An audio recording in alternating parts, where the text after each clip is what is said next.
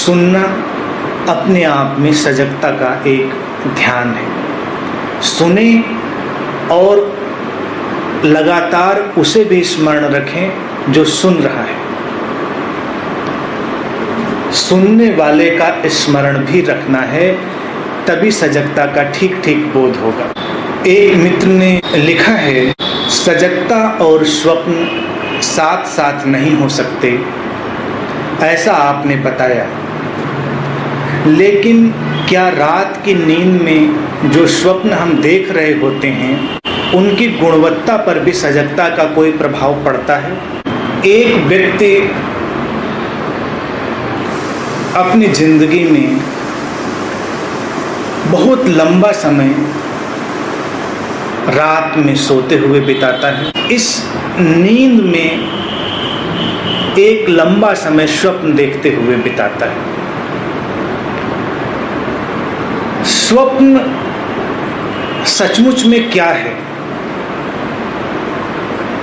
और सत्य सचमुच में क्या है, पहले तो इसे समझें। जब मैं कहता हूं कि सजगता और स्वप्न साथ साथ नहीं रह सकते, तो मैं उन सपनों की बात नहीं कर रहा हूं जो तुम्हारी नींद में चल रहे हैं। तुम्हारे मानसिक जगत में स्वप्न भी एक धारणा है और सत्य भी एक धारणा है। तुम्हारे मानसिक जगत में स्वप्न और सत्य में कोई बहुत अंतर नहीं है। जिसे तुम अभी सत्य समझते हो वो तुम्हारी एक प्रकार की धारणा है, और जिसे तुम स्वप्न समझते हो वो तुम्हारी अन्य प्रकार की धारणा है। सजगता में तुम्हारी धारणाएं विलीन हो जाती हैं, तुम्हारे कॉन्सेप्ट्स मेल्ट हो जाते हैं, तुम्हारे अंदर के सारे पूर्वाग्रह, सारी धारणाएं तिरोहित हो जाती हैं। धारणाओं का तिरोहित होना गहरे से गहरे स्वप्न का तिरोहित होना है, समाप्त होना। तो अध्यात्म में जिसे हम स्वप्न कहते हैं वो वस्तुतः धारणाओं का जगत है, द वर्ल्ड ऑफ कॉन्सेप्ट्स। सजगता में यही संसार विदा हो जाता है। अब जिसे तुम स्वप्न की बात की तरह देख रहे हो कि नींद में जो स्वप्न हैं उनकी क्या भूमिका है, उनमें क्या अंतर पड़ता है, उनकी गुणवत्ता में क्या अंतर पड़ता है, तो स्वप्न भी पूरी तरह से व्यर्थ नहीं है। उनकी एक यात्रा है, उनका एक यात्रा पथ है, तुम्हें उसे भी देखना पड़ेगा।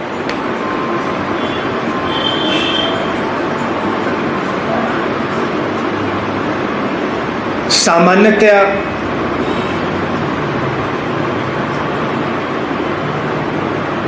तुम जब सो जाते हो तो तुम्हारे मनोजगत में एक खेल प्रारंभ होता है जिसे तुम सपने की तरह से जानते हो। ये तुम्हारे जीवित बने रहने की एक प्रक्रिया है। सपनों के माध्यम से तुम फिर से जीवित रहने के प्रयास करते हो। कैसे? स्वप्न तुम्हें कैथार्सिस देता है। दिन भर काम करते करते तुमने अपने भीतर इतना कुछ इकट्ठा कर लिया है, तुमने अपने भीतर इतने दमन किए हैं, तुमने न जाने कितनी बातों से मुंह चुराया है, जाने अनजाने तुमने अपने ऊपर बहुत सारी बातों को आरोपित किया है जिन्हें तुम सचेतन रूप से नहीं जान रहे। तो नींद में उन सारी बातों को रिसाइकल किया जाता है। नींद के रहस्यमय जगत में एक रिसाइकलिंग मशीन सक्रिय होती है। फिर से सब कुछ रिसाइकल किया जाता है कि क्या क्या तुमने जिया था। करीब करीब व्यक्ति के 90% सपने इसी रिसाइकलिंग फिनोमेना का परिणाम होते हैं। जो अधूरा छूट गया मन उसे फिर से पूरा कर देता है। जो दमन इकट्ठे हो गए मन उससे फिर से मुक्त होना चाहता है। बहुत सारी स्मृतियां, बहुत सारी पीड़ाएं तुम्हारे भीतर इकट्ठी हो गई, मन उनमें जीना नहीं चाहता, तो वो बहुत सारे दृश्यों की रचना करके तुम्हें उनसे मुक्त कर देता है। ये सपनों का पहला ढंग है। इसका कोई बहुत आध्यात्मिक महत्व नहीं है, लेकिन इसका मनोवैज्ञानिक महत्व है। मनोवैज्ञानिक रूप से तुम एक इनर थेरेपी से गुजरते हो। ठीक शब्दों में अगर कहा जाए तो स्वप्न तुम्हारी मनोचिकित्सा का उपाय है।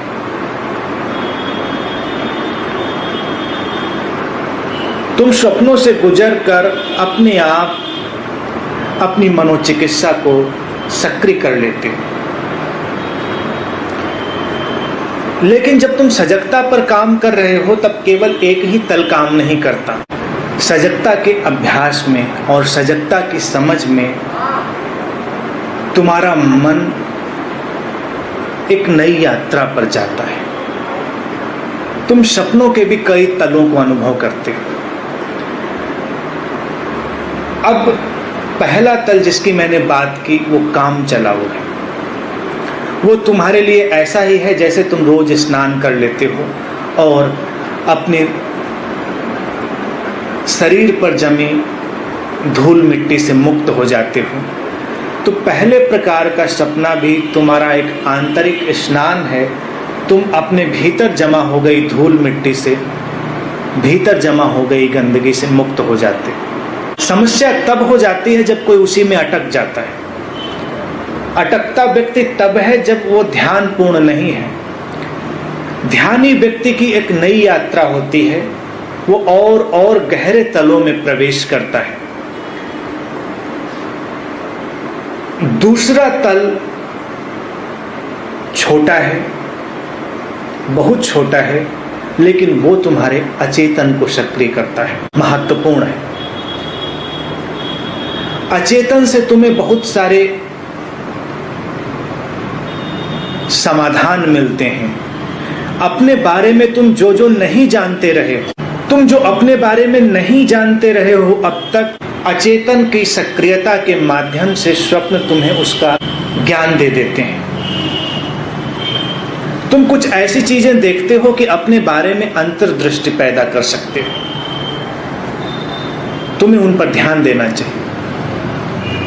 संबुद्ध मित्र कहते हैं स्वप्न व्यर्थ हैं, लेकिन मैंने पहले ही तुमसे कहा वो धारणाओं के स्वप्न की बात करते हैं। नींद में देख रहे हो तुम जिन स्वप्नों को, वो तुम्हारे जीवन यात्रा का हिस्सा है।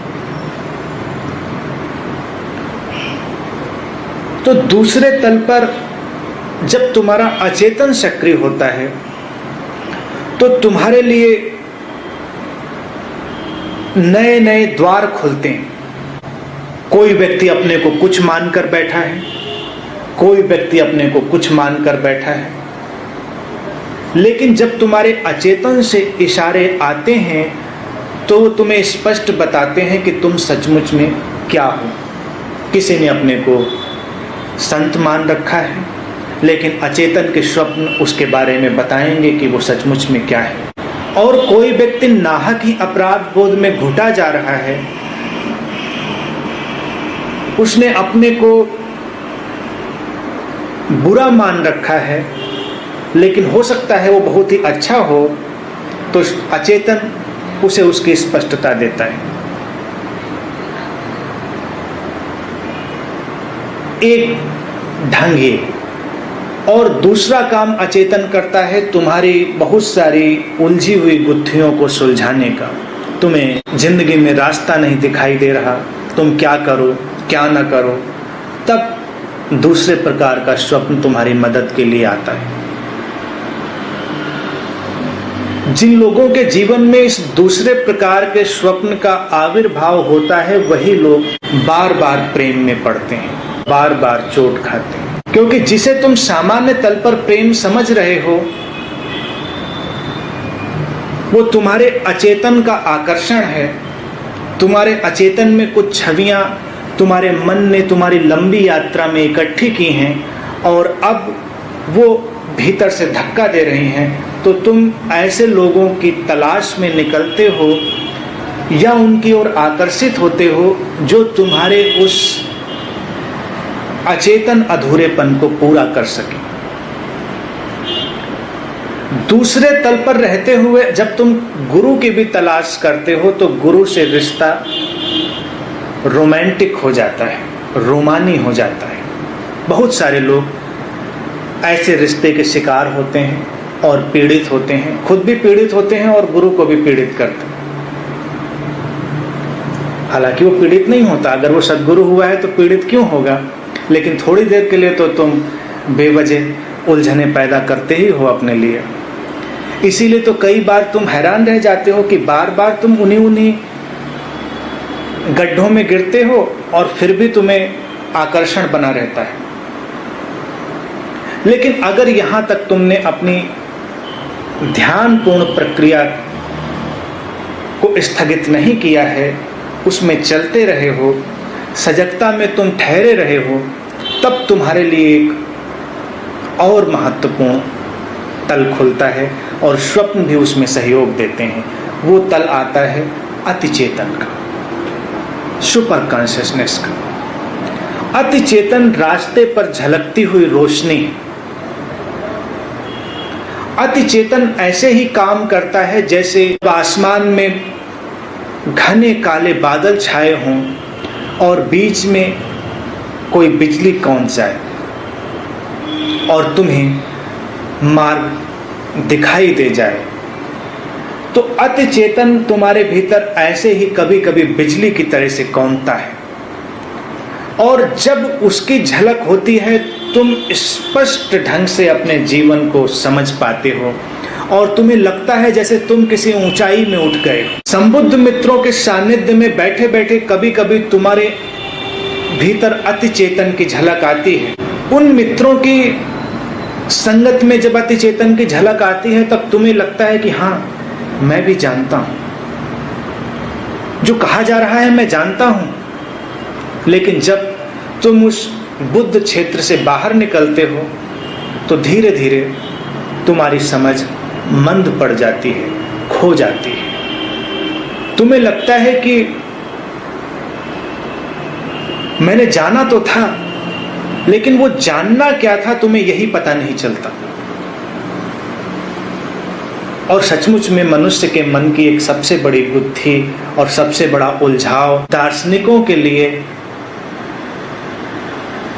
जो दार्शनिक रहे हैं उनके लिए बहुत बड़ी समस्या रही है कि जानना क्या भला है, जानना क्या होता है, तुम कैसे जानते हो, कोई बात तुम कैसे जान लेते हो, समझ तुम्हारे भीतर कैसे पैदा हो जाती।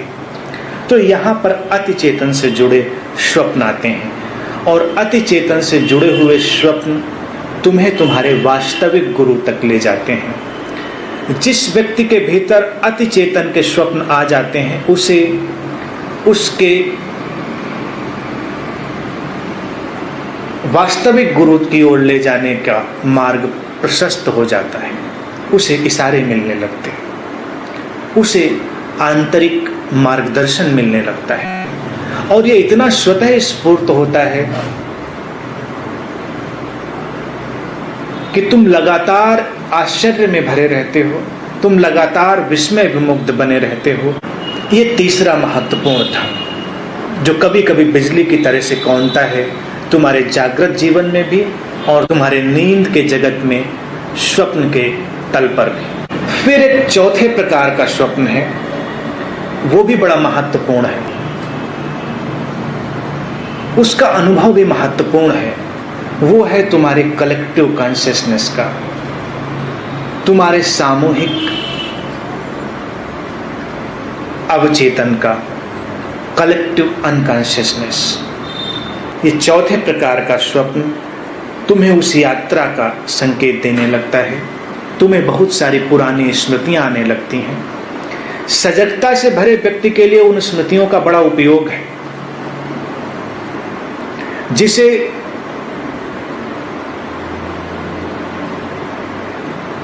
अगर तुम जाग कर देखोगे तो तुम मुक्त हो जाओगे। जो व्यक्ति सजग नहीं है उसके लिए स्मृतियां बोझ की तरह होती, वो स्मृतियों के नीचे घुट जाता है। लेकिन जब तुम सजग होते हो तो स्मृतियां तुम्हें अंतर्दृष्टि देती, स्मृतियां तुम्हें इंसाइट देती हैं। जैसे तुम्हें अंतर्दृष्टि प्राप्त करने के लिए सारे अनुभवों से गुजरना जरूरी नहीं है। अगर तुम जागृत हो तो तुम दूसरों के जीवन को देखकर भी जाग सकते हो, समझ पैदा कर सकते हो।